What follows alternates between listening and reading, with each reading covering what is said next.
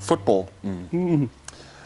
What's up, everyone? Welcome back to Storytime in the Sofaworx studio. We're back for a very exciting episode into a topic that I've been passionate about since I was a kid, being football/soccer, depending where you're from. We're here today with Thabo Nodada. Thank you so much for coming in, dude. Absolute pleasure to have you here. Thank you for having me. How you been, dude? How's things going? Easy. It's pre-season, bro, so I can't sit in a toilet seat. Yes. Glute, you know. Yeah, there's quite a bit I can't do, but Yeah. I'm hanging in there. Minimal movement. Yeah, I think that's what they say. You're right. Yeah. We were thinking of having you come in and then we just interview while on treadmills next to each other. It would have been over in 5 minutes. Would have been done. It would have been over in 5 Incline minutes. 0.5, speed 2. Yeah. Forget. There we go. But yeah, dude, you obviously such an incredibly influential people within your career, within your sport, and online. Yeah. You've developed a massive following, not only in your potential and talent, but also in who you are as a person. How did all of this come to be? How did Thabo get to where Thabo is now in terms of career and this influential position you find yourself in? First, it's just a blessing to be able to do what millions of people want to do as their job. They call it a hobby, I call it work. Yeah. That alone, you know, from where it starts. I come from a town about 80 kilometers north of Pietermaritzburg, a small farming town where all literally that there was outside of school was football. Really? There weren't any other facilities for anything else except football. So if I go to school, I'm going to do cricket, I'm going to do rugby, I'm going to do hockey, but the minute I get home, no one's buying a bat, no one's buying a hockey stick. All we're doing is kicking. And I think that's where the love kind of fell in. The only thing I could really do that was adored by quite a lot of the people in the community was football. Yeah. So there were structures from under 6, under 7, under 8, all the way to when I was 13. 13, I get a chance to move to Joburg. My aunt, my dad's sister. Okay. My dad passed away when I was, I think, 9. Okay. And I didn't really know that side of the family. Okay. So when he passed away, his family were like, we need to do more now. And that's how I got to move to Joburg. Okay. Yeah, so I moved to Joburg, and okay, soccer's in the back of their minds. They're like, yeah, okay, he'll play soccer, he's got better opportunities. But they were purely about school. Really? Yeah, they were just purely about school. You get your degree, you go get a formal job, because that's the life they know. Yes. So I moved to Joburg anyway at 13. I go to Cares, which is also just out of this world. I would never have expected that, you know? Yeah. I go to Cares. Cares is predominantly rugby. Okay. Before they took me, by the way, I had to do a rugby trial. So you had to do a rugby trial? I had to do a rugby trial. So grade 8, when I got there, I was late, right? So I had to go to another school called Wendywood in Sandton. I go to Wendywood grade 8. Funny story. Every day before my Zulu class, there'd be someone like flashing. Every day. I'm telling you. That school was insane. It was co-ed. And the feeders are Alexandra, Midrand, a bit of Sandton. Like, I've That's just like free for all before crazy, Zulu. Bro. Okay. And the class, like when you're walking towards the class, it's the ones right at the end of the corridor, where if you open the door, anyone coming from this side can't see what's happening. So you're not always coming last, because I know I've got to get a gift before I get into class. Yeah. Anyway. That was your way into class every day? Just motivation to get in and listen. And this was like a known ritual schedule of your day? Yeah, grade 8. Get lucky, get taught. Perfect. I see. Perfect. This is insane. And I'm new in Joburg. This is insane. I'm new. Like, I don't know the language. There's a lot of Sotho spoken. I know English, yes, but Sotho outside of class is quite common. Okay. Anyway, mid-year, we have parents' meeting. So my aunt and my uncle go, and I wasn't doing well in maths. Neither was I. Yeah, nah. It was new. It was new. Props to my family. I got some maths genes in them somewhere. Okay. But just that year, things were just not happening. Yeah. So they go into the parents' meeting, and my teacher goes, this is grade 8. My teacher goes, you know what? You guys are going to have to start thinking about maths lit in grade 8. That was the day Yeah. that I decided I'm leaving. That's Math the day. or the whole the of school? Okay. I'm done. When they got home that night, my aunt was like, look, your days are numbered. We're going to start doing interviews all over Your Joburg. days are numbered. Straight, those were her words. And from that point on, she didn't care about that school. First year, I played second team soccer. This was grade 8. I played second team soccer. They didn't have a 15s rugby side. They had 7s. Okay. I played in that first team 7 side. Jeez, So in terms of competition and all, okay. to have a grade 8 playing at that level says something about the school. Okay. We send emails to CARES, and then one of the educators respond, right? But them predominantly being a rugby school, and we were trying to sell that as well, that no, he can play, I see. you know, to get a Okay. spot into the school. Yeah. Like, you need to come down. So I go. I remember it was a Wednesday. My aunt drops me off. I walk into the school, and it's just new. Like, just the aura. It's just different. Is it like a step up? A big step up. Step up from okay. Nothing I've ever experienced. Okay. Even in primary school, moving to other schools to play tournaments, or it was just a whole different environment. Yeah. So I'm walking with my aunt, right? And every boy we go past is standing up to greet. I'm just like... You're like, what? Why? I'm confused, yeah. We didn't do that. Like, I didn't know you do that. I know I can greet you, but sitting. Yeah. Standing? So there's this whole new level of Yeah, etiquette it's a whole different story. Yeah. I meet the teacher. I just forgot his name. I meet the teacher. Okay, explains. This is how we're going to run the session. You're going to train with under 14 A's. Ooh. Okay. Okay. Cool. We run drills. I had a liking of rugby. I knew how to play rugby. Session done. They're like, okay, we'll call you back. They were quiet for a month. Dead quiet. Around October, my aunt gets an email, he's in. Yes. And I think that's what changed everything. Yeah. Yeah, I think the culture I learned there, the values and being a man, things that I use now in my life. I think, yeah, most of them I got there because I got there, grade 9, 15 years of age.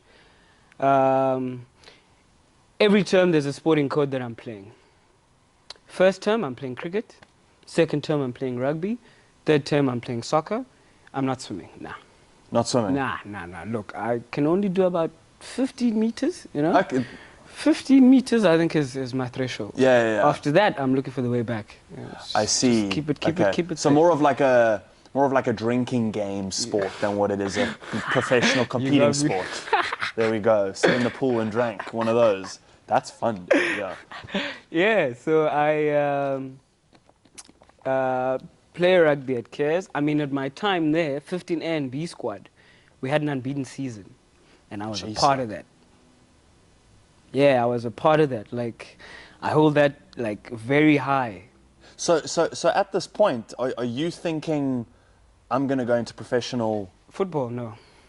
Are you thinking I'm going to go into professional rugby? Yes, that was a much bigger conversation. Okay. There was a rugby club at the time. I think it was called Diggers, and I tried my luck with my aunt. I'm like, is this rugby club? No. Okay. No. So that's just getting shut down. Yeah, that was. Okay, because there's still this idea of you're going to get your degree. Yeah, you're going to go get a job. That is constant. Okay. That is constant. That's not going anywhere. 15A, I play. 16A, grade 10, I play. And then I start sending emails to soccer clubs. At school, I was playing soccer at school. And by the time I played 16A, the first team coach, the soccer first team coach, had already spoken to me. I like what you're doing. I'd love to work with you. Obviously, the year's about to end. Next year, you're in my preseason squad. Sick. So I'm feeling a bit buffed up. I'm like, you know what? Let me actually reach out to some clubs. Because I'd started doing that way back, maybe 11, 12 years of age, where I'd send emails. Yeah, I'd send emails to Kaiser Chiefs. I'd send images. I'd send emails to Pirates. And I actually did attend their trials. You know, my mom was on a different level, bro. Yeah, when it came to supporting me, and especially soccer, we traveled the 6 hours from Ikopo to Joburg just for trials. You get to trials, there's about 2,000 boys. Jeez, like. You got there at 8, you play at 4 for 10 minutes. Okay. It's like worse than auditions. And then, no, this is the scariest part. I remember the Pirates trials. I played 3 stages. From the first round, second round, till the final round. And then in the final round, the selector goes, we're actually looking for a striker. So we'll only take 1 person. There was more than 3,000 boys my age. Bro. Everyone's like, dude. Bro. I think if I were to quit, that was about the time I should have quit. That was, yeah. Yeah, I should have quit. Anyway, 16, I'm sending emails. Then a guy by the name of Andreas Christodoulou. He was working at Black Aces, right? So Black Aces is the origins of Black Aces are Woodbank and Mpumalanga. Okay. But they were bought by owners from Joburg, Mario and George. They own is it Cream in Mall of Africa? They own a string of restaurants. Oh, we know Cream. I think it's in Mall of Africa, if I'm not mistaken. I think they own that restaurant. I don't know if I'm thinking Cream or Creamery. There is an influencer that mentioned that she was invited to Cream. All of Africa, yeah, they're opening. So I think it's that one. I want to get invited. Recently. How do we get invited to that? That sounds cool. Well, they sold the club. I don't have any, information like, for you guys, you know. But we put them on blast here. So guys, look. When Yeah, exactly. When We've now people said come the to name. Cream, when people come to Cream, send a voucher through. I'm ready. So Andreas Christodoulou answers. He's like, we're having trials. Come through. The only person that answered. So I'd sent every Premiership side an email. And Aces was the only team to answer. They were based in Bedford View. I go. Things go well. First set. I go back again, second set. And they're like, okay, look. You're 16 now, turning 17. We're going to offer you a spot in our under 17. Yes. And like, yeah. This episode of Storytime is brought to you by Frankly's Underwear, because life is too short to wear boring-ass underwear. If you use code FRANKLY'sMatching, get 20% off all of their full-priced items. We interrupt this episode to thank our sponsor, Truth Coffee Roasting. Truth Coffee Roasting have put the effort in to source beans from around the world to bring you exclusive, high, premium coffee flavors that are not just a caffeine fix. They keep me going, they keep the team at Storytime going, and now they can keep you going too. Use your exclusive Storytime code and get 10% off all premium coffees. Thank you, Truth. Was that I love this moment in life. Was that your moment in your life where you went like, oh shit, I actually think I've just pulled this off? Yeah.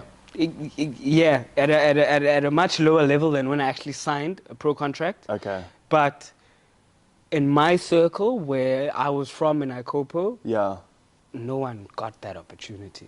Yeah. So that alone, if it were to just end there, would have been big. Yeah. You know? Yeah. Now, the tricky part is, I'm at a predominantly rugby school, right? At Aces, I'm going to be training 3 times a week, playing on the Saturday. Okay. Rugby requires me to be training 3 times a week, playing on a Saturday. The reason I got a spot in the school is because of this rugby. It's because of rugby. I'm a full fee-paying student, but it's this rugby that got me in. So 3 times in a game, rugby keeps you there. 3 times in a game, soccer keeps you there. Yeah. So my aunt was Frank. My aunt and my uncle, they sat me down. You're going to have to choose.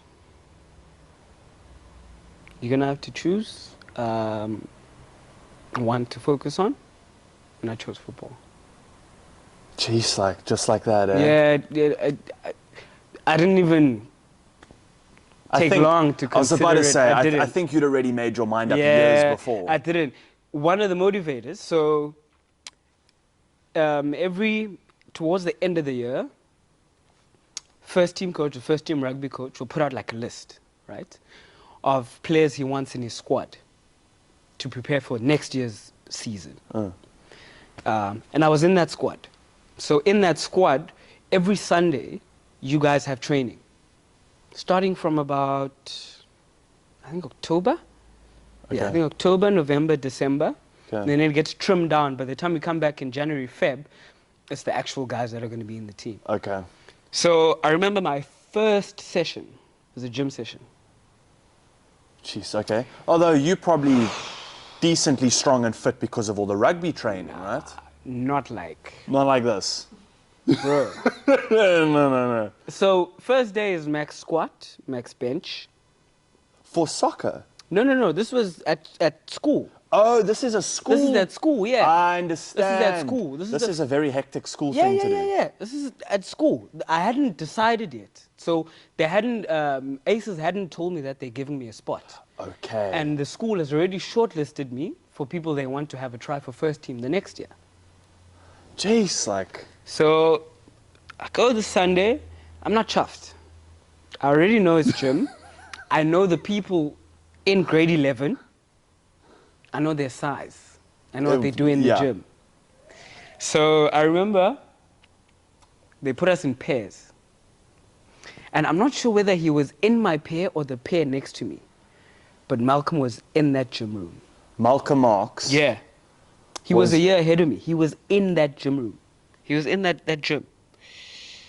And standard weight, you know, you're going to add yours. They have a standard, obviously, for your bench, your squat.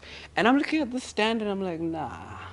I don't know so much about that. Yeah, nah. Yeah, you know, that's like, next level. Yeah. I mean, alone, maybe? You know? Yeah. Yeah, if you just give me time and space. Every time I go, we're taking weights off the rack. Come on, like, you know, that's a bit too much. Yeah. That's taking a knock here. Yeah, that's a bit too much. So by the time that email came from ACES where they were confirming my spot, I decided, look, You were like, "Look, no more benching. Take me. can't, like, I can bench fine, but like not like that, Not like Malcolm guys- Marx. bro. Yeah. And he's the same size. The size he is today, maybe take away maybe 5 kgs. Which is all beard weight.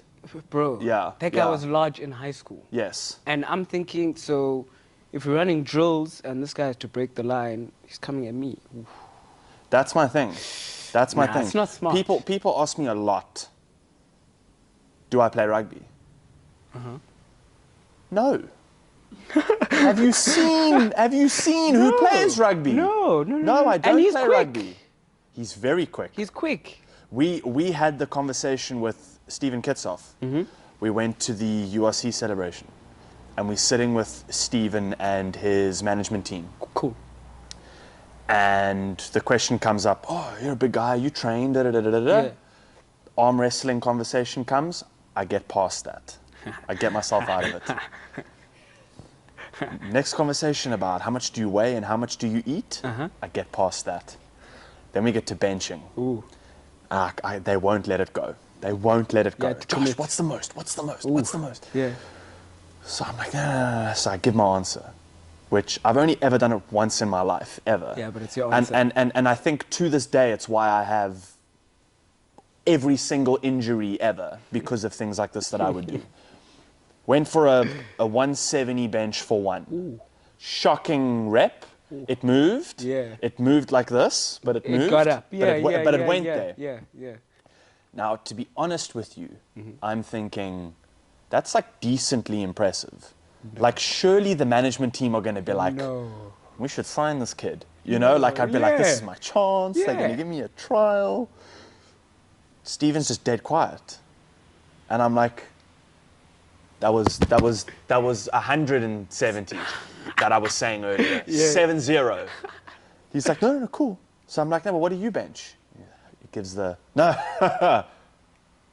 What does that mean? What do you bench? 210. No. I was like, shit! What? Damn it! He's quicker than me, he's more Get off skilled, it. he's stronger than me. They are next 210? level strong. Yeah, he's like 210's the most he's ever done on a Oh bench. my I will say this in every single podcast we ever do ever. Because No. that man is so strong. I was wearing a hand, like both my hands full of rings, which like, now granted, it's not really the right crowd. Yeah. Hanging out with rugby players and I pitch up with like jewelry, like it's not a rap party, Yeah, you yeah, know? yeah. But anyway, so I'm wearing all these rings and I didn't bring it today. And Stephen goes, oh, I really like your rings. I have this thing that I do when I get drunk. Mm-hmm. I give away my jewelry. It's not a good trait, Yeah, at right? all. No. So I'll get hammered and I'll take a ring off. I gave one to Jack Parrow. That was the last one I gave away. And I'm so stoked in the moment. I had this beautiful black skull ring that I loved. And I gave it to him. Mm-hmm. And then the next day, I'm like, I'm glad I gave it to him because I love him as a human. Yeah. But like, why do I keep doing that? Right? Like, I'm losing all my own shit. Yeah, for nothing. So Stephen says, oh, he likes the rings. Can you see one of them? So I'm like, sure. I take it off and I give it to him. And he goes, can I have this one? Oh, it's already in. Nah, it's fuss, eh? Oh. So I'm like, funny story. I keep doing that. And he's Yeah. like, what do you mean? I said, no, I keep giving my jewelry away. I'm trying not to do it. But I know the guys that made that one. Yes. I can arrange that they can make you something Yeah, because yeah. you got hands the size of dinner plates. So I can get something special made for you. And yeah, it's like circumference of that like coffee cup. And he goes, oh, cool, thank you. Stuck. Oh, no. So he's licking his finger, trying to get this thing off, pour a little bit of beer on it, trying to get it off. Gets it off, and he hands me back a ring that is shaped like this. It was an oval. Oh, no. It was like that. So I put it on my finger, and it looks like I'm wearing like a coat hanger on my finger. So I'm like, thanks, Stephen. So I hand it back to him, and he goes, oh, I'm so sorry. Bends it back and hands me a circle ring. Oh. I was like, that's how strong these guys are. So Solid metal. Like, it's solid metal. step on that thing and bend it. He is so Nah, strong. nah, those guys are so solid. now you're in this position Yeah. of having to bench press, and someone like Spicy Plum walks in the room, Oh. and he's benching before Nah, you. I wouldn't want to do it It either. wasn't good for my confidence. It wasn't good for my... I had to get out of there. Yes, And I did. straight to soccer. Yeah, I made the decision. I remember this one Monday. The first team coach is my form teacher. So every morning, Okay. register is taken by him. And he's the person I have to go report to. That, look, I'm not going to be able to play rugby anymore. I've decided to follow football. I'm going to do soccer. Oh, I was shaking. Bro. I was shaking. I was Really? shaking. Yeah, I was shaking. Because, like, it's the biggest thing, you know? The Reds at Cares are the biggest thing. Yeah, Yeah, like, yeah, they are the biggest thing. yeah. Literally.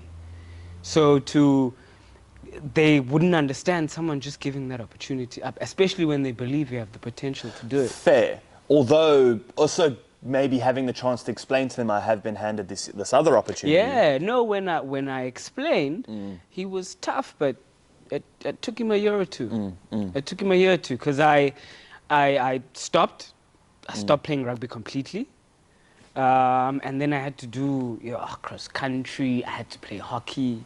I still need to play soccer third term at school. Okay. But I need to do a sport every term in order for me to be see. able to play soccer in the third Okay. term. Jeez, like. So I did cross country, and I hated it. Oh, I hated that as well. Oh no, bro. That was like no, hands no, down no. my worst Yeah. was athletics days. Oh. I hated that, and they were like, "You have to participate." And I was like, "You know how rude that is." Did you do any track? No, Field? I did field. Yes, I did shot put. Oh, Dis- I was gonna guess that. Hey, Disqualified every time. Still don't know why. I still think I hold that record from grade 11, but no one wants to believe me. Then I did javelin. Yeah. Anything throwing Yeah. was cool. Solid. Did high jump. Ah, lekker. And then got to a point with high jump, they were like, hey, you've made it to Western Province trials. Cool. I was like, cool. When are the trials? They were like, no, on Saturday. I was like, huh. When do we practice? They're like, no, on Yeah. Saturdays. I was like, that's not a good idea. Nah. Now you're going to take my Saturdays from me. Yeah, I was like, completely. nah, I don't know if I want to do that. So I was like, what do you have to do to not go Western Province. They were like, "Yeah, like third and Flag. down." I was like, Flag. sweet. Came third. I was like, hey, I'm still on the podium, but I don't have to have my Saturdays here. Which now looking, my parents would say that is a horrible attitude to have. Don't have that attitude in life. Yeah. But yeah, that was wisely. athletics days got me, dude. So you take this opportunity to play soccer. Mm-hmm. How long are you now in that position for? So 17, I start. Okay. This is grade 11. I'm supposed to be playing under 17s, Yeah. but the under 19 coach has a liking of me, Sweet. and he's making me play under 19. But Okay. he's like, first 3-4 games, like he's not sure, you know? Like he's not sure. Like, is he ready? There's an under 17 team that I'm eligible for, but I'm not playing there because of the under 19s. Okay. Transition comes, a coach named Craig Rossley. He was technical director at the time, and the 17 coach was sick, so he took charge. He calls my parents early in the morning. We're missing one player. Can Thabo play for us? He's still 17. And I hadn't played for the under 19s. Fourth game of the season. I go to the under 17s. I'm playing with people my age. So I'm stoked. Yeah. I'm coming. Acing it. Bro, I'm coming. Like, I'm coming. And from that day, I played every game for the under 19s after. Really? Yeah, Went and from proved the that point. game. Yeah. Like he saw, I don't know what he saw that he hadn't seen before. But that day, it clicked. Yeah. Anyway, I play 17, I play 18, I matriculate. Okay. I finish at Cares. Halfway through matric, my aunt's like, you need to focus on your exams. So, aces and club football, you're going to put to the side a bit. Jeez, like, You're going okay. to play at school, you're going to finish, and then only after matric are we going to think about you going back to aces. Okay. That was the chat. And I don't pay no rent, I don't pay no water, I don't bring no banana, no bread. I get taken to school, so Not really your decision. nah, just, you know. So I stop. A third term, when soccer season starts, or when it ends, sorry, I bring a trophy as captain. Like, Kez hadn't won a trophy, I think, in 3 years. Jeez, soccer. like. I bring it home. Like, assembly, everyone. I already had my full colors, like, in grade 11 already, so that wasn't a biggie. yeah. But just a trophy. Like, Yeah. you know, just little things on the way Yeah. to show that, yo, yeah. something's, like, building up here. Something's happening here. Yeah. Something's building Yeah. up here. I had applied at UJ. I go UJ, first year. This is 2014. I matriculated 2013. Okay. 2014, I go to UJ, BCom Finance. So I go to UJ, I'm studying, I'm playing on weekends, but for fun, socially. There's a res league. Some guys know I used to play football, so they call me up, I come play. I don't Okay. train, I don't do anything. So you're not on like a specific set path of No. I'm becoming a professional. It's done. At matric, it's done. Okay. Because I Okay. left academy, Okay. and I went to go focus on getting my degree. Jeez, like, okay. That's a whole nother conversation about the mental side of that, but we can chat on that on air. Done. Fast forward, halfway into that first year, I'm at home watching Channel 200, and something comes up about multi-choice Disky challenge being launched. So I Disky? send the same email I sent to Andreas. Andreas was still there. He was head of youth, Okay. and he's still there. So I send the email. I'm like, Andreas, look, right now I'm working and I'm studying. I was a student coach at St. David's. I'm working, I'm studying, and I saw this multi-choice thing, and I'd really like to come back. He's like, okay, cool, you're still 19, so to get you back in the good books, come play a few games for the under-19s, and then when they make the squad for the reserve league, then perhaps you'll have a chance. So I'm like, okay, cool. I go back, play 3 games, the coach from the MDC likes me, chooses me, and that's the first time I appeared on TV, playing football. Jeez, like. That's, yeah. And I remember we were here in Cape Town in Stellenbosch. Because how it worked in the first season, every weekend was a festival. Okay. And you'd have about 4 or 5 games running one after the other. Okay. Saturday, Sunday. Okay. Where all the teams would come into one place. There'd be workshops, stuff like that. It was pretty cool. Sick. First time on TV, telling everyone, yo, 203, check me out. There we 204, check go. me out. And I was number 7 at the time. Check me out. We play that full season, and then the club signs Mushin Echugral.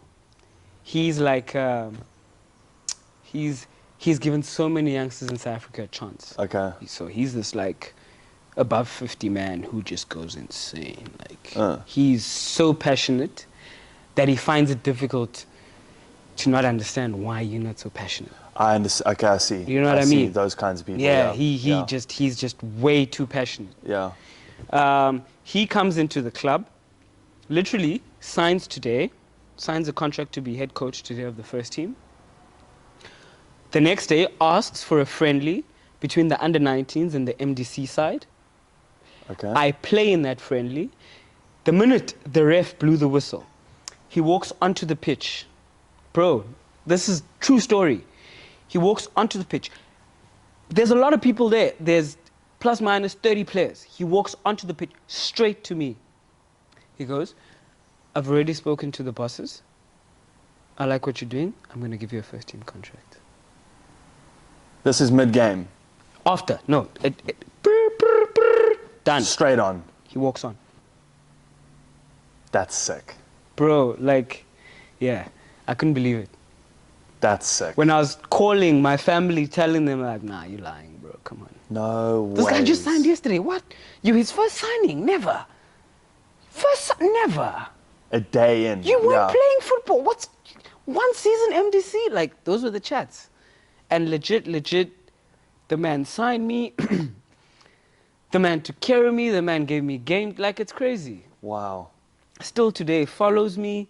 How you doing, my son? Like, it's insane, man. Awesome, man. Yeah, he launched me. He launched me. And this person that I am today was because of people like him who believed in my talent and my faith. And yeah, that's my football journey. It changes drastically, obviously, when I'm inside and I have to deal with the devils. But that's the sweet part, you know. That's the sweet part. Just getting there to that point where, okay, now I've got a professional contract. Where to from here? Yeah. Yeah. That's And then top. what was that professional contract doesn't guarantee you shot at national team, No, right? no. So that's a whole nother process you have Yeah. to go through. Yeah. How many years into playing did that start becoming the conversation? Because if your family's already going, oh my word, they made you a first team contract, I can imagine what they're saying when you represent your country. Yeah, I couldn't believe it again. Like, because it happens, I think I got my first call up, I was 22.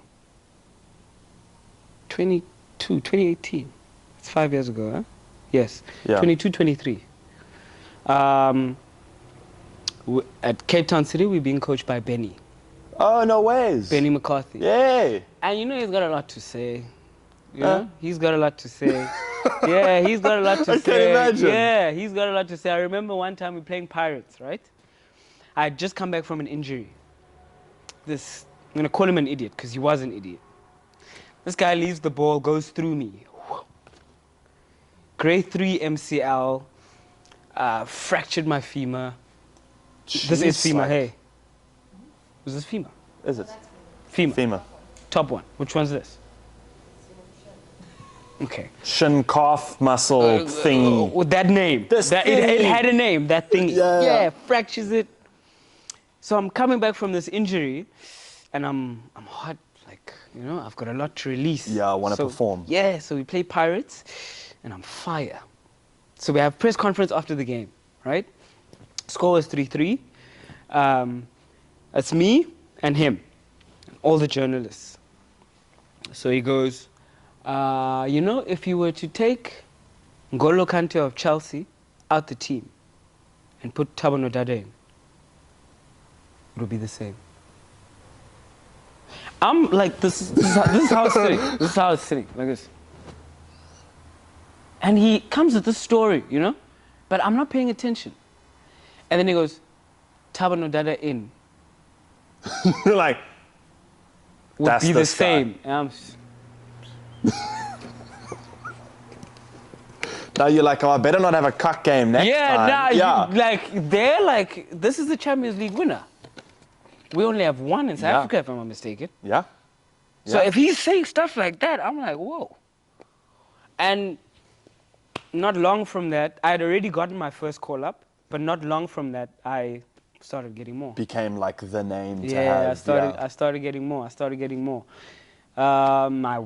played in the national team. I got a few caps. There's a lot that goes on there. Really? Yeah, there's a whole lot that goes on there. There's a... Behind the scenes that like... Yeah, a whole lot. There's a whole lot that goes on there. But I was grateful for that opportunity because, I mean, it proved, or at least to myself, there's nothing that they can do that I can't. I just need to do better. Just being a part of the national team, when you come back, I don't think you feel it when you're there. Like when I was at camp, especially my first 2 camps, I didn't feel it. Nah. But when I came back to Cape Town, I'm like, whoa. I was the only player from the club that went. Yeah. You know? Then it starts to kind of feel surreal. Yeah. Then I'm walking in the shop. I'm walking maybe at the mall. And from maybe Thabo and then 100 meters Thabo, now it's every 10 meters. Thabo, hey. Okay, something's changed. Yeah. You don't realize the impact you're making. Yeah. Until it starts to like kind of turn back on you. Yeah. Football, being in soccer in South Africa, with it being our biggest sport played, hands down. Firstly, like saying in school, 3,000 kids rock up to try and make one position. Yeah. What was it like for you stepping into the sport and into that industry where the entire country are trying to do that exact same thing? The pressure that comes with that, the attention that comes with that. When did it start kicking in that you realized, oh shit, this is something that I have to learn how to manage? I'd say about maybe the second season. My first season, very naive. I have no expectation. I'm going to ride with it. If it works out, it works out. If it doesn't, it doesn't. I'm only starting out. Yeah. I've got a lot of years to go. First season, I start 50% of the games. 20. Okay. 20. That's young, eh? I start 50% of the games. We finish top 4. Now it's a whole conversation, a whole different conversation going into the second season. Because now there's people going, what time's your game? Yeah. I'm like, oh, 7:30. Yeah, okay, I'll be watching with my family. Ooh. Yeah. The club also, because first season you play at Aces, right?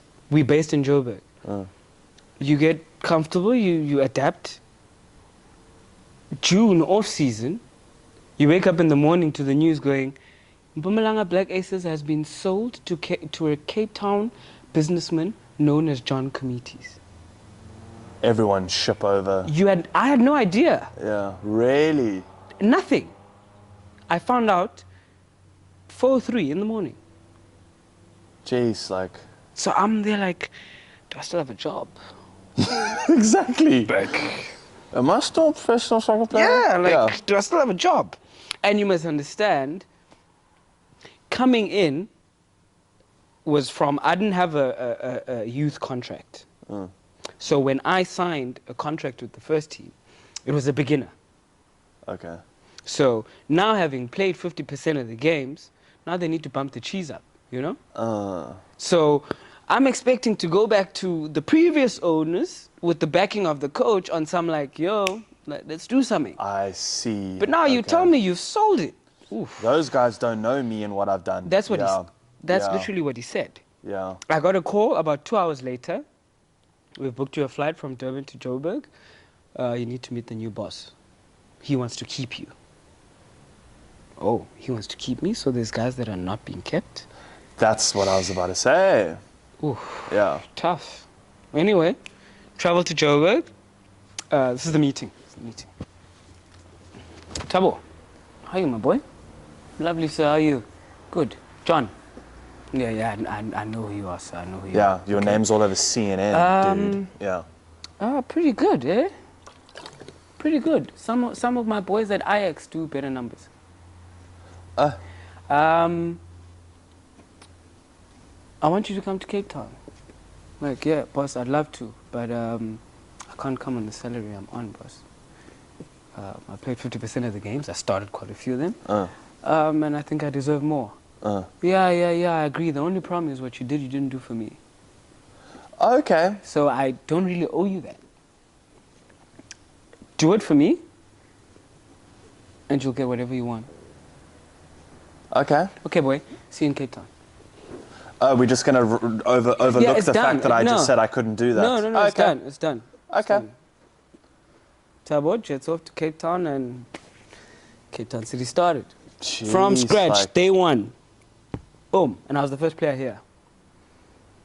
Day one, and I'm the only player remaining. Crazy.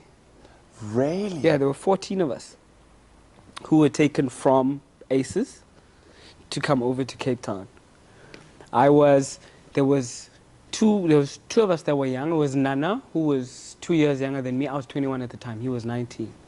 I was gonna Sure. turn 21. Yeah, they've all gone. Wow. They've all gone. So when It's we a came, high pressure. yeah. When we came to Cape Town, there's this feud now with Ajax Cape Town, because the boss was at Ajax, and and we are riding into it because if you win that game, there's bonus, and it's a healthy amount. So if he says he says Yeah. You need the money. Yeah. There's a lot of politics in the sport in South Africa. Yeah. Is that a factor that's brought in from the guys high up? Because there's so much money to be made. Yeah. I think they're the ultimate of everything. It starts and stops with them. The stronger the coach, the less influence. The more dependent the coach is on the job. Ooh. Oh, really?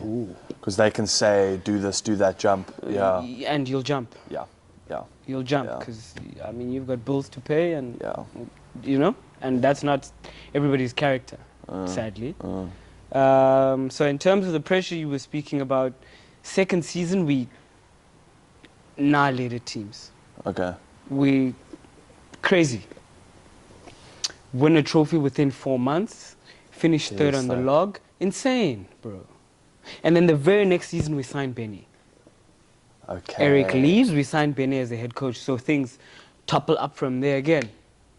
And it just kept riding on. This season they expected this. Now from being junior captain, so you speaking to the young guys, you are responsible to put them in line. Now even the older guys are, what's Thabo got to say? I see. Oh yeah, Thabo, okay, I see your point. Yeah. To a point where 24, we're playing Kaizer Chiefs. All right? Cape Town Stadium, 50,000 seats sold. Telkom knockout, our captain is injured. Train Monday to Friday, not a word from Coach Benny. Not a word. Saturday, team talk. This is at the hotel, just before we go to the stadium. Yeah. He goes, so our captain is injured. I've spoken to my technical team, and we don't have any better option to give this armband to but Thabo. You're like, cool, I have 5 minutes to prepare my, go kill him speech. Bro, there's people there who have played 8, 9 years in the PSL. This is my 3rd, 4th season. That's cool, though. And I wore that thing. Yeah. I wore that thing. Yeah, I wore it proudly, and I went out there and I put on a masterclass. Yeah. I put on a masterclass. And the pressure grew again. It always does. Yeah, it grew again. It grew again. Is there pressure to take your career overseas? There was. Okay. There was when I arrived here. This felt the closest to overseas. It felt like this is the stepping stone, in the city living, in the way things are done here. So I'm at the door, and I trained specifically for that. As much as I was 1% better each day, 1% better was to go overseas. I see. Like the whole focus was that. And when the chance came, so we traveled to Durban. We're playing an MTN 8 game, right? It's on a Saturday. On Thursday, I need to fly to Turkey. Shit. That's where the whole deal will be concluded. Yeah. I was on the bench. I came on 58th minute. Within 5 minutes, I tore my hamstring. Shit. 5 minutes. I was done. No Turkey. Yeah, they like, we needed him now, we needed him fit. And that hammered me. Yeah. It hammered me because that is why I played football. That is why I trained hard. Like, I hadn't defined football beyond anything else but going overseas. And that period where I didn't know why I was playing, it was just, it was my first real mental test. Was you know? that, yeah. Yeah, where I had even forgotten all the information I had received prior, you know, from the reading. I want to know why my mind's like this. You know, I was very inquisitive. And I was reading, I'm listening to podcasts. You know, lucky enough, I got used to going on the internet and searching for things to try get an understanding way early. Yeah. So when it came to now in football, it was much easier to just, you know. So I was always inquisitive about that stuff. Okay, I want to dribble a lot more. Why am I not doing it? It's my mind. Okay, let me look at a book that's going to speak about my mind. So I did that all prior. But when that hit, when I couldn't go, I didn't know why I was playing. And I had to start crawling to eventually start walking. What was the reasoning that you then found? Besides, okay, beyond the football, right? Beyond the level of football that is played overseas, the biggest motivator was never having to worry about retirement. Okay. Because immediately the currency conversion. Winning. Yeah. So there were a lot of things that I had put on hold. Yeah. Even with things that I liked doing, like, you know, clinics, you know, to the younger kids, opening up a foundation. Those were things I was all passionate about. I had access to. But because I thought, you know what, let me focus on this football, go overseas. When I'm done, I have enough racks to do whatever I want. Yes. At my own pace. Yes. Yes. When that didn't happen, I had to forget.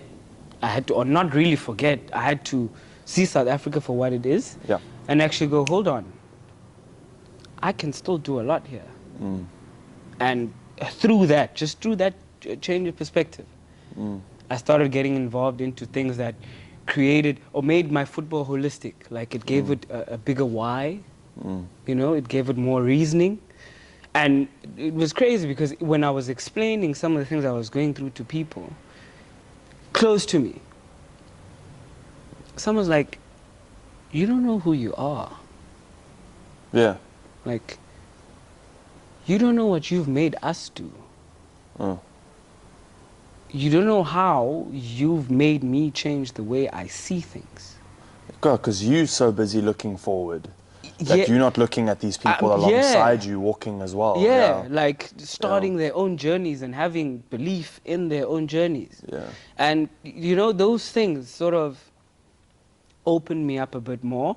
I started thinking differently. Okay, I have been doing clinics, not so organized, but I'd been doing clinics with schools. Where I go to a school, especially in Akopa, I go to a school, I'm like, look, let me do a session, stimulate the kids, speak to the coaches, and hopefully through this, we start an information sharing platform. The stuff I am getting professionally, I am filtering down to you guys, and you guys are able to share that information with the kids. I took that and made it a why. Opened up a foundation. And now when I go on the field, I know that there's championship or Khula, the foundation, that needs me on my A game. Yeah. And from I want to go overseas to I want to be the best version of myself. Yeah. And I want to be Yeah. the best footballer I can be. Yeah. And that just, it just brought back the drive again. Shifts it again. Yeah, it just brought Why? it back. Because I like the way you worded it, saying that what I learned professionally, you filter down to the kids. Ultimately, what you're doing is you're giving them such a head start that was something that maybe took you 5 years to learn, they can now learn in one. With so many people in South Africa playing the sport, and now so many people having influence from people like yourself, what do you think the gap jump is in being a South African soccer player who looks overseas and looks at the European soccer guys and goes, they're so amazing. Why do our guys, one, not get given more of a shot? Because they are 100% just as good as those guys. And two, is that still the train of thought? I'm going to go play there. Or are things changing enough here that it is a lucrative, big career where I don't have to start thinking like you did at the beginning of like, let me get enough racks to sort out my future out of that like panic and fear. Is that something that's changing? And do you think our people are getting more of an opportunity to go and play overseas and be given that chance to shine globally? First, you have to understand, right, that in South African football, or in football, with the top 5 leagues, your federation determines whether you go or not. So, okay, to go to England, all right, Bafana has to be ranked in a certain place. If they are not ranked there, I'll have to first go through Finland, Belgium, then eventually the Premier League. No ways. I didn't know that. Okay. Percy. Okay. We had a player, Percy Tau, our flag boy. He signed with Brighton, but they had to send him on loan to first go play in Belgium, then only return to the Premier League. Why? What's that? What is there a benefit? I think for them, because it allows them to filter quite a lot of people that are not going to add value into the league. I see. So by your national team ranking at a certain, I don't know whether it's top 40, I don't know what it is, but by your national team ranking at that, they have sort of an assurance that he's going to come here and he's going to be value. Okay. Because his national team is going to participate in the continental tournaments, then they'll participate in the World Cup. He'll have the experience, he'll be able to handle life at that pressure. Yeah. I think that's why they do it. They'd have a better answer for it. Yeah. But in the guys now getting a chance, the few, Percy, Lal Foster, there's a couple of boys that were in Portugal, Bongani Zungu was in Portugal, there's a couple of guys. There is sort of, there's something in South Africa. Yeah. Yeah. There's something in South Africa, and maybe it may not happen for me now who's from 26 going upwards, but the younger ones that are signing at 18, 19, Yeah. it's looking good for them. Really. You know, it's looking good for them. And they'll get their opportunity. If they want it, they'll get their opportunity, because look, it is elite. Yeah. You cannot The take skill level is you cannot. insane. And it's, you know, we were having this conversation, right? So one of the keys, and it's a small thing, but you'll never see it if you don't actually pay attention to it. In Europe, right? You go train on Monday, pitch is level. Yeah. Train on Tuesday, pitch is level. Yeah. Wednesday, Same, Thursday, same. Friday, Saturday. Game day sorted. Yeah. Okay. Cape Town. Level. Monday level, Tuesday level, Wednesday level, Thursday, travel Friday. Playing away. Stadium. Yeah, completely different ball game. Yeah. Yeah. Yeah, you kind of need the skill It's holistic. of your players to match with the availability of your, you know, like top level surroundings of games and fields. Those things are so important because movements on the field are automatic. Even for me, I've like to say I've got enough experience now to know in certain situations I don't think about what I'm going to do when it comes in this manner because I know this is what works.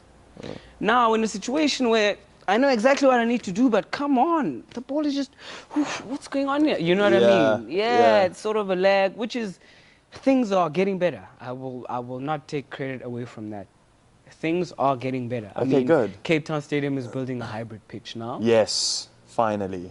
Which will help because it was a mud bath, bro. Yeah.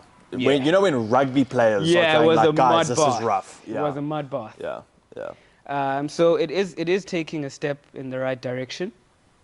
Clubs are waking up. Clubs are investing more. I've been lucky to play under a chairman, John Comites, who invests quite a lot in his boys. Okay, cool. So that's why I've been able to play football at the level that I am, be the professional that I am, because of the facilities that he provides and the platform he gives us to be our best. Yeah. Looking at global international soccer, I really want to get your opinion on these things because you're obviously so in touch with the sport and with the industries surrounding it. You always read about all these massive multi-million pound and dollar deals that these soccer players are dealing with. So there's the drama of the Ronaldo and Messi transfers, which I also want to pitch to you as a question saying, who's better, Ronaldo, Messi? Because it's a very, very common conversation. Off the top of your head, yes, Ronaldo, Messi. Messi. Really? Messi. Look at me so upset. Messi. Love it. Look. Okay. Look. Have you ever felt like in an activity that you do, Yeah. it just looks easy? Like Yes. Like, have you ever felt like that about someone you're competing Yes. with, maybe, that like, Yes. it's just too easy? You see that all the time in acting. All the time. Someone that just like, it just looks It just, like they weren't trying. And it's brilliant. Yeah. Yeah. I think that's the conversation. Yeah. Messi just makes it look, don't take anything away, and this is difficult, you must understand. I am off the same motivation that Ronaldo is on. So, work till you're finished. You know, I'm that guy. Like, it's not easy for me as well. I need to bust my gut, you know? Yeah. So, it's really hard saying this against Ronaldo, but like, Messi just, it's just... Class, eh?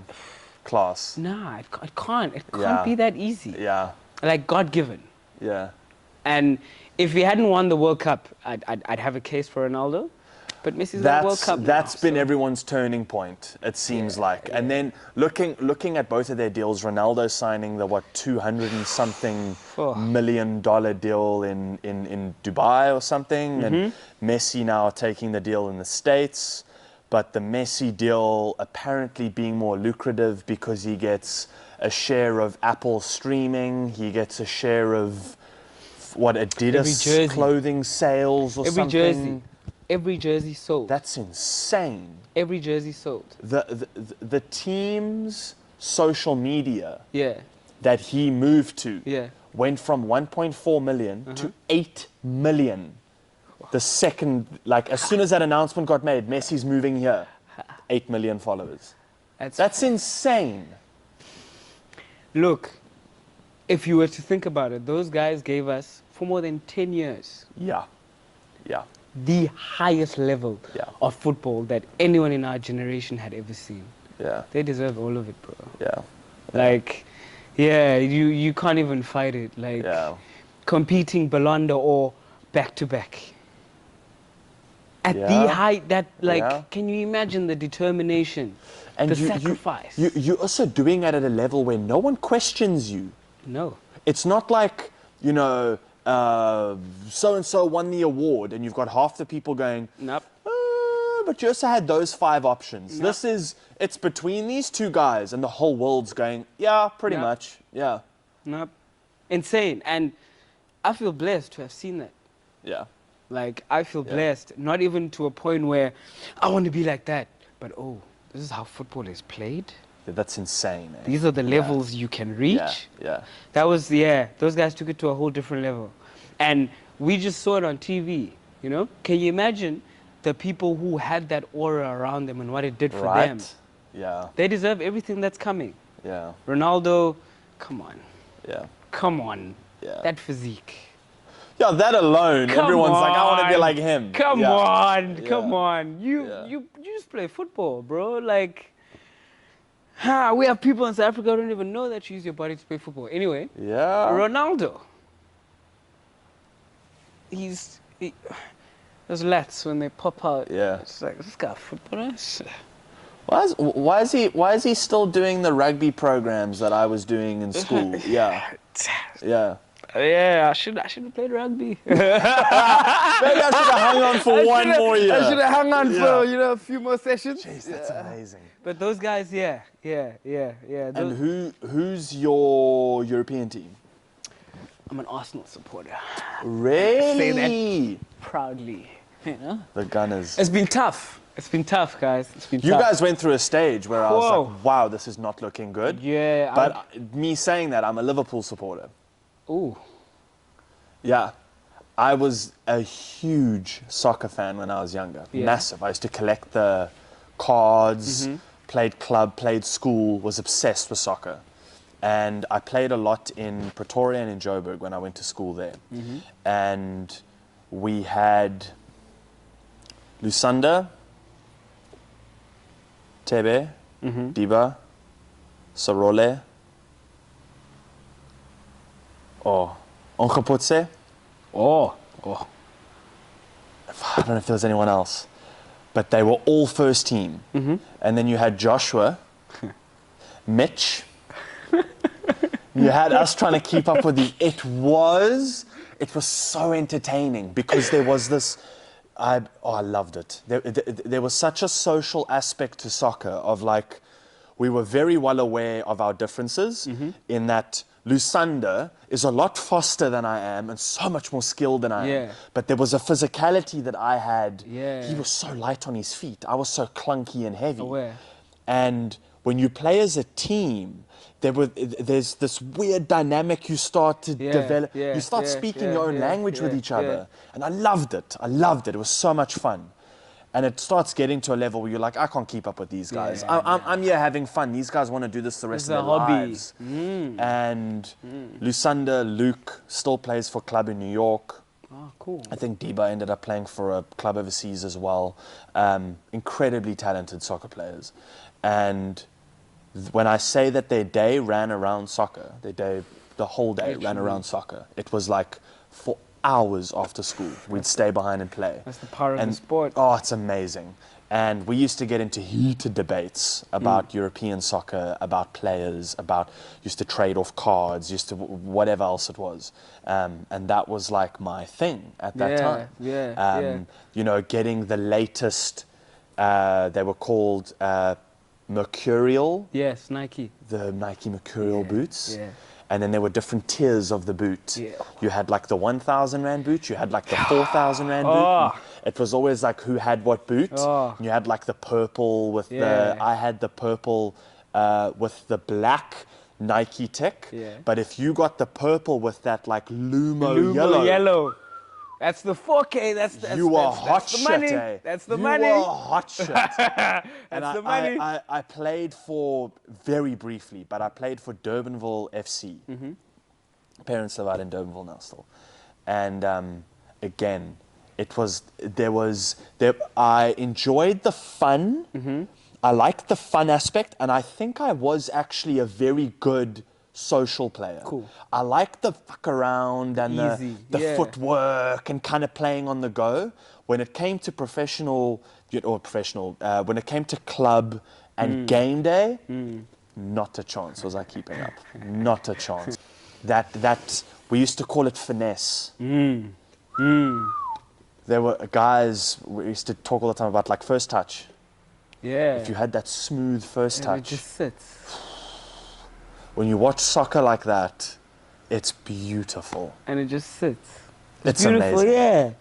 Yeah, you're making me love the sport way more than I did coming here. Yeah. Yeah, I thought I'd be a swimmer next. I want to play football again. Try something different. Get a boya right now. I think that's a massive part of a lot of our childhood. No matter where you're from, what your Yeah. upbringing was, Yeah. it was always something we had together. Yeah. Yeah. And that's what made me love I think even the every sport. footballer now speaks about those days as the most carefree, most beautiful time they played football. Because there was zero to no expectation. It was just fun. Yeah. Pure fun. No one's losing, no one's winning. Yeah. When you're Yeah. done, everybody's smiling. See you tomorrow, champ. Cool. You know? It was the best. Yeah. You play professionally. Changes, eh? I pay you. Yeah. Yeah. I pay you. Yeah. Changes a lot. Yeah, I pay you. There's a guy who wakes up in the morning, baths, takes a shower, whatever he does, gets on a train, gets to the stadium, purchases a ticket for $40. He might only have $100. Purchases a ticket for $40, gets one beer, and you are responsible for making his day. Making his weekend. Yeah. Yeah. Yeah. It's a whole different ball game now. You know? It's a whole different ball game. So those were the days. Professionally, you gotta be on it, man. Yeah. Do you feel? I don't know how to word this question correctly, so you might have to help me along. Do you feel that there's a lot of cultural pressure on the sport? In that you providing so many people with so much hope and so much joy out of playing a sport. And we were talking earlier, I know South Africans as a whole are very, very futile in is that the right word? In you win, I love you. You lose, yes, I don't love you anymore. That thing. Is that a big aspect of what you have to deal with being a professional soccer player? Yeah. Most definitely. Okay, if you were to look at the demographics and the people playing football, especially professionally, quite a lot of them come from the most disadvantaged backgrounds. Where they get to be the first maybe people to move to big cities, appear on TV. So to everyone watching, that's an I can do it. And they are following your career, your journey, not so much maybe because they like you, I see. but because looking at you gives them hope that things that they want to do will turn out. So to some, there's an emotional attachment to your success. Hey, you can't be going left now. I'm looking at you to go right so I can go right. And I think football has the most amount of black people. Yeah, I think football has the most amount of black people playing in it, and that sense of community culture may come from there. Yeah. In something we all can agree on together. Yeah, I think majority of it rides from there. So you have a responsibility. Yeah. You may not know it. Yeah. You have it. There's such a sense of club pride as well. Yeah. Where I'm a 45-year-old male. I've been supporting Chiefs for 20 years of my life.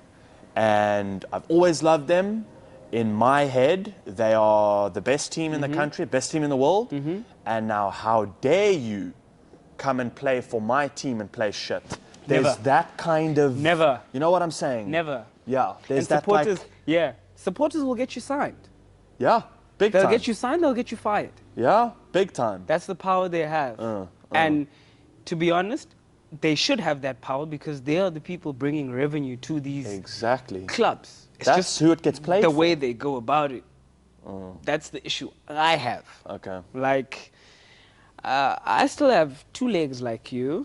Yeah. I still have a brain like you. Like, nothing from me goes abnormal when I enter a field. Yeah. So, if you at your work slip up from time to time, like, Yeah. I'm also Same going to happens. slip up at my work. Yeah. You know? Yeah. And I think that's just the part. I watched, I think it was on Instagram. One of the clubs in Joburg, I think it was Pirates if I'm not mistaken. They had this docu-series where they were going deep into players and the pressures that they have to go through and the season that they had, right? Profiling what's happening at home Oof. Okay. on the day of the game where you guys are just hammering me. Oof. And a lot of fans need to go watch that. You know? A man who you see as above because he owns an apartment, he drives a car, he's telling you, I was at my lowest. I was scared to go on the field. Because of you. That's frightening, eh? Being scared to walk out on the field. Yeah, because of you. Like, Yeah. can you imagine? Yeah. Yeah. And that human aspect of things. It's just the only thing I have problems with. I mean, I know how to deal with it now, luckily. But for people who are still going to have this problem, not knowing how to deal with it, it may drive them to some ridiculous, ridiculous heights. And I think as fans, as football fanatics, I think we need to just, you know, take a step back, understand we're all human, understand we're all trying to do our best, understand that Monday, Tuesday, Wednesday, Thursday, Friday, I am preparing to perform for you on Saturday. I didn't just wake up and go, hey, I'm playing. Know that the onus and the responsibility is on me to give you a good product. Otherwise, this club wouldn't have signed me if they didn't think I Exactly. could do this. Being a Under Armour athlete. Yeah, Go into that. yeah. Incredible. So there'll be with a twist, first and foremost. I've been affiliated with a brand before. We cut ties as an athlete, right? Who's predominantly football, little to no responsibility. Okay. And I get an email. Hi, Thabo. We'd like you to influence. Who? Yeah. Influence what? Yeah. And this comes, I hated Instagram. Oh, really? Yeah, I hated it. Yeah. I hated it. I think last season, I think I can count my posts in my hand. A whole 12 months, I think about 5-6 posts. Biannual. Yeah. Yeah. I Yeah. didn't see the need for it. There was nothing I was pushing that was new and true to me. So I didn't feel like I wanted a responsibility to take content out to people that I don't even really believe in. Yes. I felt like they already knew everything about me. Yes. It was perfect. Rather, see me on the field. Yeah. You still have that avenue. So when I get the email, we'd like you to influence. Influence. I know a few influencers, and I know the havoc they go through trying to create content. It's a load of Whoa. effort. Yeah. So, get on a call. I call Yoliswa. Me and Yoliswa started working together. This is Yoliswa, by the way. I introduced it to you. You can't see Yeah, her right now. Yoli. She's here. Yeah, Yoli. Me and Yoli started working together 2017. Wow, 2017. really? Yeah. We started working together 2017, where she wanted to get into the football space. Let me manage your brand. Sick. At least from right now at this point, we'll do it on a social media and, you know, and we'll take it from there. Okay. And she took over Facebook, she took over Instagram. We later started Khula together, which is our foundation together. Yes, We created yes. a company, Play Zone. Jeez, you're She a grew, champion. yeah, she grew. You're a champion. She grew Facebook from 3,000, 4,000 to now almost touching 300K. It is 300K already. Yeah, over 300K. Jeez, well done. Instagram the same. I didn't care about Instagram. I had like 2,000, 3,000. We maybe 1,000 short of 50. Insane. And so that's, so I Yeah. call her. Yeah, call her. Like, look. Straight away.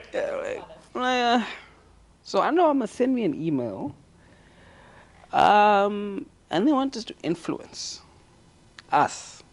Yeah. Us. They want us to influence. You're like, this isn't me. No, us. They want us to influence. Cool, send me the email, let me see. So I send her the email. Within 5 minutes, we can do this. Let's go. Really? We can do this. And that's how it started. Jeez, did you read it and you were like, we on. Yeah. We on. Through it like thoroughly, and I was like, we Let's are do able this. to do it. I said, reply right now. Yeah. And I said this to Shakes this morning. Mm-hmm. Under Armour is the dream. Yeah. It's like, Yeah. it's sexy. Yeah. You feel when you go into the shop. When I speak about influence. So they deliver my boots, right? We're going to go play Kaizer Chiefs away. So this guy calls me. Thabo, I'm on my way. Okay, cool. Okay, I have to influence, right? So get camera out. Listen, telling one of my friends, boy, when he arrives, just make sure you're behind me. I don't know what's coming. I just know it's boots. Just make sure you're behind me, get a few clips. Yeah. Getting the hang of things. We walk out, and the whole truck is branded Under Armour. Everything. This guy goes, Thabo, I've got your boots here. I heard you playing Chiefs this weekend. Have a great game. Sick. And he just hands them over. And I was in, like that's all I wanted. Just like Feel quality. a part of something. Quality. Like we said, how we spoke on finesse? Yeah. That's finesse. Yeah, I complained to her. Like 2 days ago. I'm like, damn. Under Armour has me working. like I'm a part of I'm a part of something, like something Yeah. bigger, Yeah. And we 3-4 months into it. And I'm here with you. Yeah. I didn't get this with that other brand. And they were a big brand, but 3 months We into don't know it. who other brand is. Yeah, we don't know them. We've We forgotten don't know who who they other are. brand is. We've forgotten who they are. We know who Under Armour is. These guys. And my hovers. Proper. And my hovers. What's that? This is a UA hover. So I'm not sure really when they released the shoe, but the first time I saw it, one of my teammates had one on and his was white. Like snow white. And he always had it on with track pants, So I'm like, no. No, come on. Let me teach you something. Come Yeah. on. Yeah. So the minute they told me go to the store and get what you want, I said, hover.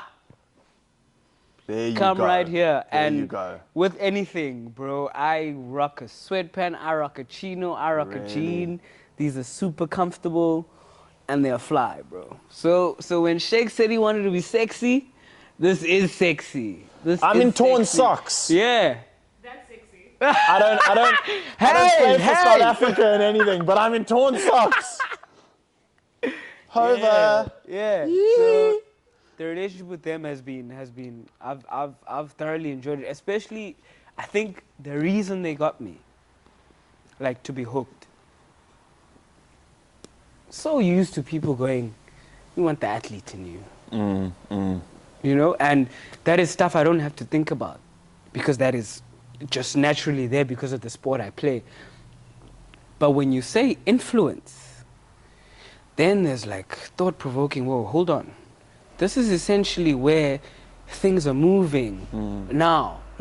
In order for a brand to back me, I've got to be able to get their message across. And that is influencing, And when I started speaking to Yole about it, no, this is a good chance for you. They're opening up a platform for you that you didn't really have before. Yeah. Yeah. And, I mean, my go-to guy, Kevin, I swear, man, every 2 days, bro. Really? This guy's like, yo, what's happening? So Yo! you're busy. Yeah. What's happening? I'm like, Kevin, bro. That's where you post a story watching a movie chilling and you get a phone call. What you doing? Sleep. Yeah, I'm relaxing. Listen, we need this thing from you. Yeah. And it's value for money, man. It's a great brand. It's value for money, It's a man. great brand. The clothing is quality. The message behind the clothing, the message behind the campaigns, the athletes that they've acquired. That's also another thing I've really enjoyed about it, is that it's sort of, okay, this one's got this, and he'll bring this edge, okay? And this one, like when I look at all the athletes they've got individually, it's not like a cluster where take. Yeah. Nah, like I feel special that, okay, I am the person that's behind their branding and football, you know? Yeah. We're going to do a lot. That's awesome. Yeah, I'm so excited to see what you do. We're going to do a lot. Where can the people find you? And let's wrap up on a message that you would leave for the youth. And let's also push your foundation and your clinics. So, to find Thabo Nodada, I'm on Instagram and Facebook. I don't do Twitter. It's rough in the streets. It's rough in the hectic out streets. there, yeah. I'm a guy for the trends. I don't have an account, but trust, if there's a trend, I know. Yeah, there you go. I know. You have to be involved. Threads is now the new thing.